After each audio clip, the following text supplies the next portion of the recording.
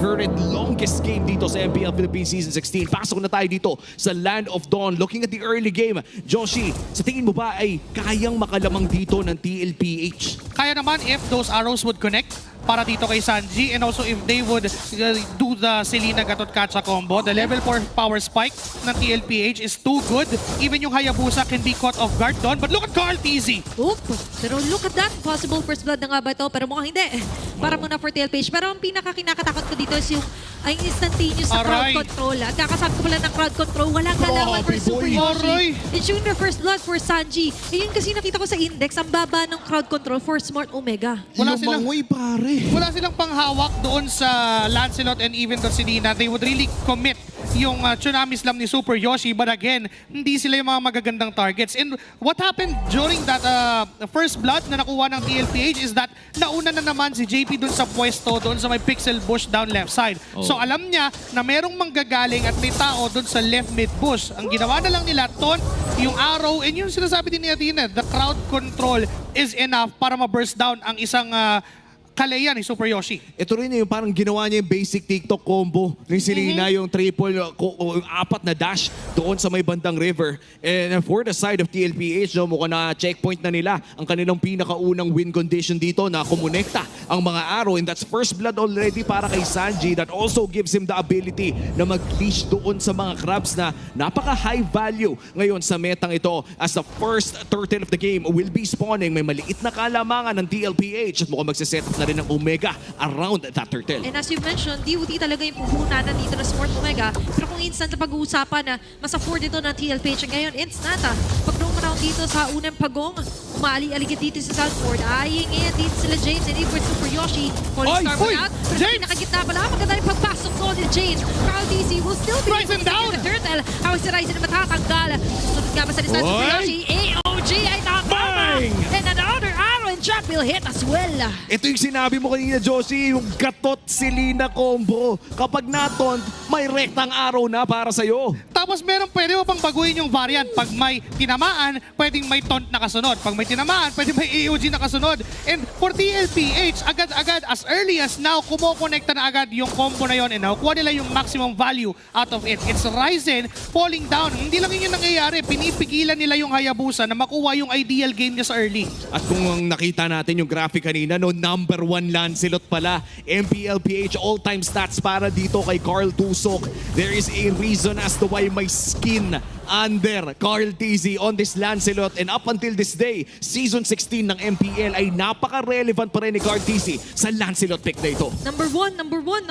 Oo. Nakita natin. Nakita natin. Talagang Lahat number 1. Lahat eh. Di ba na-achieve nila dito maging number 1 if ever na malimit nga nila yung snowball and early game for Hayabusa. You've discussed, Joshi Cakes, na kailangan sana niya ng mga pick-off kills kaso hindi nangyari kasi laging sama-sama. Oh. Saka wala siyang aabutin at the moment. Masyadong malikot si Sanji, di mo alam saan manggagaling. Kung si Oheb naman yung target mo, may Purify din yan. Remember, napopurify yung pagkabit ng Shadow. So pwedeng gawin yon ni Oheb every single time kasi wala naman siya kakatakutan. Hindi rin naman nakakadalaw si Super Yoshi sa gold lane dahil napipigilan ni JP at ni Sanji yung mga ikot ng Omega. Pero at least kahit paano, no, nakakapag-farm naman si Netsuki. In fact, nakuha pa nga niya yung gold crab na yun. And this is what Omega wants. Ayaw nila na mangyari yung mga laban around that gold lane dahil nakita na rin natin the way this bagong barangay plays sa game number 1 ay protektodo talaga sila dito kay Netsuki. And we saw that almost pay off. Kamunti ka ng gumana yun sa game number 1. But now, dito sa pangalawang pagong natin ay mukhang mauunan naman ang TLPH. Hindi ko konekta ang Abyssal Arrow pero Omega pala ang kakalapit dito. Pwede pumabroto for Smart Omega, lalo't nasa malapit lang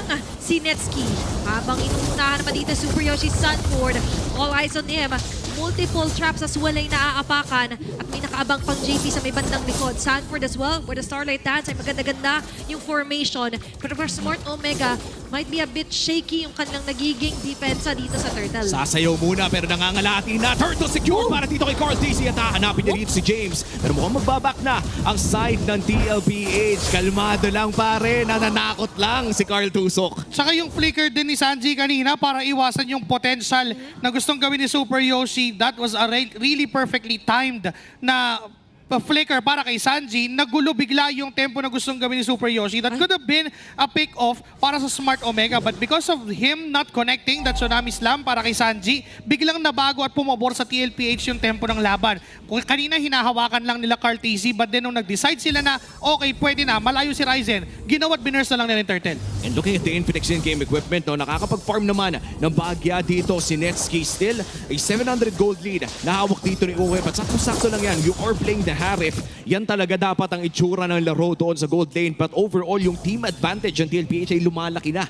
Almost 3,000. At makikita natin may malaking rotation na ibabato ang bagong barangay. TLPH kailangan dumipensa around their Harif. Nararamdaman kasi nila yung reaction dito onto Netsky. Habang yung out of the guard dyan ay wala naman masyado tatama. Pero tatamaan yata dito sila Sanford. Si James sa pinakaharap. Sumasalo-salo at tumatangkin ng mga damage. For Smart Omega, very nice to protect dito kay Netsky. Mas matapang pa nga si Oheb dun sa point na yun. Kahit alam niya na may potensyal na tao doon sa side ng Smart Omega, okay lang kasi may Purify naman siya. Nakaamba yung taunt mula kay JP. Ay, nakaamba na rin dito si Carl TZ. Super Yoshi. Malalatagan na Zaman 4. Sanford as well. And dito, kompletong 5 ng cavalry. Ang react alone dun sa gold lane. Walang respeto sa torre ng Omega. Ayaw nilang bigyan ng chance at mukhang mapapa-flicker papalayo si Haji. At kailangan nang lumayo dito. Papasok pa rin si James. Okay, tatama dito si JP. Kakayanin ba nila na ma-sustain yung damage? Mukhang hindi. No sir muna. Uy, napakagandang pitas para dito sa Omega na burn man ang flicker ni Haji. Nakakuha naman sila ng kill. Last turtle ay magsuspawn na rin. TLPH ang may hawak ng pixel brush. Mukhang susubok ang Omega muli. Also a good thing para sa Smart Omega is that nagkaroon ng space si Netsky na kumuha ng minion wave doon sa bottom lane. And come the moment na kakailangan siya for the turtle, makakasama siya at makakabalik siya doon sa original lane niya. Now for Smart Omega, they are minimizing casualties, yes. Pero kailangan nilang bilisan na at the moment. Kailangan ng step up, kailangan ng pindutin yung gas kasi duwarating sa punto na yung mga items ng side ng TLPH is enough na para makapag-invest sila up until to the late game. And that's gonna be the last turtle secured para dito sa TLPH. All 3 turtles ay napunta sa kupunan ng Team Liquid. At mukhang magdedepensa na muli sila. Ang ganda pa pala ng itsura ng mga torre ng TLPH. Yes. Parang pang next game pa. Aabot pa no? Pero kung sakali, next game ang gustong i-extend ng Smart Omega. Pero this time, ito pala yung gusto nila JP. Super Yoshi ngayon ay kakapitan na trap. Hindi pa pama naman dito ang pagpasok ni Carl TZ. Grabe yung dedication even with the Phantom Execution. Alam niya kasi na kaya niyang patayin dahil merong trap, may abyssal trap na natapakan itong si Super Yoshi at that. And up na yung brute force kay Carl TZ, so we would expect a lot of dash papasok mula kay Carl. Hindi na siya matatakot na lumaban against Smart Omega even though may magic damage enough naman to compensate for the physical damage mitigated. Nandiyan naman yung Kimi, but up to now, hindi naman din ganun ka-threat si Haji. In fact, si Carl pa yung threat kay Haji. Oo, yung hinihintay nga talaga ni Haji na sabihin nating power spike on this Kimi ay mukhang mamaya pa natin mararamdaman pero mukhang mas mararamdaman pa niya yung plate armor ni Sanford. Nakakabili din lang niya. Para sa mga hindi nakakaalam, no, nagtataka sila bakit nga ba blade armor yung binibuild against this Kimi? Hindi ba magic ang binabato ni Kimi? The answer is yes, pero nagre-reflect din kasi. Napakasakit pa rin ng binabalik na damage ng blade armor sa Kimi na maiilang ang Kimi sa pagbato ng mga bola-bola sa'yo. 35 seconds bago lumabas ang ating pinakaunang Lord at lumalaki, lumulobo lang ang gold lead ng TLPH. Unti-unti lang din sila nakakuha ng mga items na kailangan nila. And look at JP prioritizing the Trajan armor. Alam niya rin kasi na yung Kimi yung problema niya at hindi yung Hayabusa and even not yung carry at this point in time. Andiyan na yung Dominance Ice, malapit na mabuo. Nandiyan na yung Black Ice Shield. So technically for JP, okay na sa kanya yung depensa niya. What's left is magamit na nila RTC and even Oheb yung damage na meron sila. Kahit pa paano meron na siyang innate resist, diba? Kaya yung block ice isa mas muna kung chop suey pa lang naman yung iyong budget. Pero ngayon for the budget naman ay umaayon pa rin sa TLPH. As they set their sights here onto the Lord. Sanford as well, forward march. Ayaw niyang palapitin, ayaw niyang pasilipin din sila Haji. And as you mentioned, with the blade armor, ay mas nangangarepan doon sila Haji. At isa lang siya laban sa tatlo. Pero kinaya, nakamatay pa nga ng isa. The Predator is doing it. Kaya pagkakataon na magpasikat ang dyan sa amin for binuhan. Kinangga, pinatulog dito ang Smart Omega. Tatakas pa nga dito si Sanford pero kakainin na siya ng barangay. Siya ang alay. Super Yoshi, susunod ka na! Ay, nakaka Easy sa pinakalikod. Abutan na sila Netsky. Talagang inaayaw na lang ang premyo. Pero may katuwang pa rin namang Torre. That's going to be a double kill for Netsky. Habang si James naman ngayon, iyahatid muna pa uwi nila Oheb. Pare, nang gigilata lahat ng mga players doon na. And, oh, wait now! It's Sanji again connecting an arrow and sasabihin ko pa lang sana na we have to give it to Sanji with that off angle Abyssal arrow. They were able to get Ryzen on the process and hindi lang yon because nawala ng damage dealer side ng Smart Omega. It's go time for TLPH and enough pa na sumakto nakita natin na tumama yung pana kay Netsky. Buhay na sana siya. Okay na lang sana yun for Smart Omega na hindi ka mamatay pero pinatay pa rin siya ni Sanji. Ang daming nangyari sa team fight na yon. Every individual sa laban na yun ay parang may kanya-kanyang play na nagme-make sense din on a shared objective. Kumbaga, may mga kanya-kanyang misyon pero yung iisang goal ay nandun pa rin. Natunaw man yung Lord para dito sa side ng DLPH. Mukhang itutuloy pa nila. Okay, Netsky na iwan! What a play here for TLPH! And ngayon, wala pang 2 minuto na nabubuhay si Netsky nung pagkamatay niya kay Sanji. Kay Oheb naman siya bumagsak. Aray ko. Kanina binabanggit natin na ito na yung oras na kailangang maipalo yung items. Teka lang, si Wow! Sanji! Whoop! Aabot doon na shot ng play for James. Habang si Sanford naman nasasagot, pwede bumaba Ayun, din sila Oheb. Kasabay ng pagbagsak ng mga buhay yan. HP per season na James ay pagbagsak din na Torre sa pinakagitna. Di yata sila hinto dyan dahil nakakalamang ngayon ng TLPH. Pati yung bandang baba, kinlear na rin ni Carl TZ. Buhay na si Netsky. Nandiyan pa rin naman ang mga holy defense para dito sa Omega. At mukhang matitigil na dyan ang pag-push ng TLPH. Overall, nagsimula ang kanilang Lord push ng 5,000 ang kanilang kalamangan. Kumita sila ng around 1.5k gold lead. At mukhang babakuran na rin nila ang jungle. Nice touch mula dito kay Carl TZ. Kaya Tomoyoshi! isa na, One, dadalig tsunami na. slam kasi si JB agad ang mababurst down dito sa pata. Aray! Diretso na lang Aray! si Netsky, No way! kaya kung sapat Oh, ka. oh, Habang ka dito, oh, tusok na oh pala my na Torres, makakatakas. At ngayon nag-aabang. Oh, Nag-aabang pa my! rin ang next target. Grabe yung takas, grabe yung dashes. Pero ngayon si Oheb naman ay pagkakataon niya para sumikat. Nandiyan ang screen sa Synchrofacial with a chrono dashes. Kukonekta kay James. Pero atras muna ang TLPH. Pare, yung recall ng TLPH ay pang-flex. Pero yung mismong galaw ng TL ngayon ay pang-flex against Omega. 30 seconds bago lumabas ang sunod na Lord. At mukhang mainit na ang mga kamay ng La Cavalry ngayon. Okay, may talong pa dito si Sanford. Sumusolo na naman.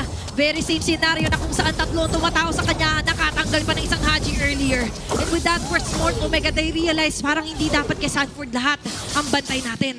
May rason kung bakit nabigyan ng skin ang Lancelot sa ngalan ni Carl TZ at iyon yung rason. Pinakita lang niya yung mga dash na ginawa niya. It could have been a kill. Pero dahil doon sa galaw niya din na ilang pumasok ang Smart Omega, kaso nga lang may magandang attempt din na ginawa si Netsky. Sinubukan niya na i-intercept yung pass ni Lancelot doon sa top lane. Ang kaso nga lang hindi niya napatay. And because of that, this could be a free lord dahil alam naman ni Ryzen na hindi sila makakakontest. Oh, hindi na talaga makakakontest and that's gonna be the door secured for TLPH. Omega ngayon ay mapapadepensa na naman. Ang maganda dito ay at least umaabot na tayo sa punto na mayroon na talagang respectable na wave clear dito si Haji and Netsky. In fact, yung talon mula kay Super Yoshi ay malaki pa rin ang threat. Pero ang magiging choice na lang ata niya dito pare si Sanji or si Carl. Tama, mas mabilis kasi talaga yung atake dito for TLPH. Parang 120 FPS ng GT30 Pro. Sakto. Hindi rin effective na kung si JP yung kukunin. Kasi kung hindi nyo siya ma-burst at the moment, kayo yung mayayari. Isang taunt lang mula kay JP is a game changer for TLPH. One good taunt against Haji and even against Netsky or even kay James, kayang i-burst down yon ng TLPH. We are down to a base siege na gagawin ng Cavalry. Nahihirapan ngayon na Smart Omega. May mga ligaw na pana. May ligaw pa na pagtalo dito for Sanford. Ang dami na kailangan isipin. Naiiwasan pa rin naman pero hindi maiwasan eh pagkabagsak ng kanilang inhibitor turret sa may bandang baba. Oh, Lord defense muna. Mukhang matutunan naman ito ni Netsky and Haji. Kalmalicious muna para sa TLPH. Isang Tony pa ang Aro! hinahanap nila. Hindi tatama kay Netsky. JP, Pero JP with a conceal. Mahanap niya dito yung isa. Pero siya ay Oy! matutunaw sa ilalim. Hindi na makakatalog na AOG. Pero kukonekta na ang best arrow sa isa. Makakadepensa naman si Ryzen. Here comes Ugi Shadow Kill. Pero mukhang makakapag-quad shadow din lang palayo. Dalawang inhibitor turret pa rin ang natitira. And that is the end of the push para sa TLPH. And correct me if I'm wrong, parang nalugi pa ata ang TL doon. Napakaganda ng depensa na yon from Smart Omega. Dumating na tayo sa punto na yung carry ni Nets ay hindi mo na dapat biruin. Yung pagpasok ni JP, it could have been a good engage sana for TLPH para makapag-push ng turret. But because of the high damage over time mula sa carry na in fact, isang item na lang yung kulang. This could be a rose gold na pwede niyang puhunanan considering na mataas yung damage output ng Selena and even ng Harith. And yung Malefic Gun na pick up niya, enough na yung added range para maging efficient dun sa teamfight. Mahirap nang biruin. Sabi mo nga, magbiro ka na sa bagong gising, wag lang sa nagda-def na Smart Omega. Oo. And even for TLPH, nakikita ko yung position ni Sanji. Tinatry niya talagang i-arrow si Netsky just so hindi masayang sana yung Yes. talon ni JP. Oo, and nakita na rin natin no, yung tagal ni JP doon without the revitalize during that time. Less than 2 seconds na. Kailangan Sanji! na mag-ingat, pero si Sanji with a flicker. Watch out, kakabit yung Ugi Shadow King. Nagkakabit. Nandiyan na yung revitalize ni JP. Saves the day. At may sa laro counter-engage. Nako, nagmamadali sila ngayon ng habol.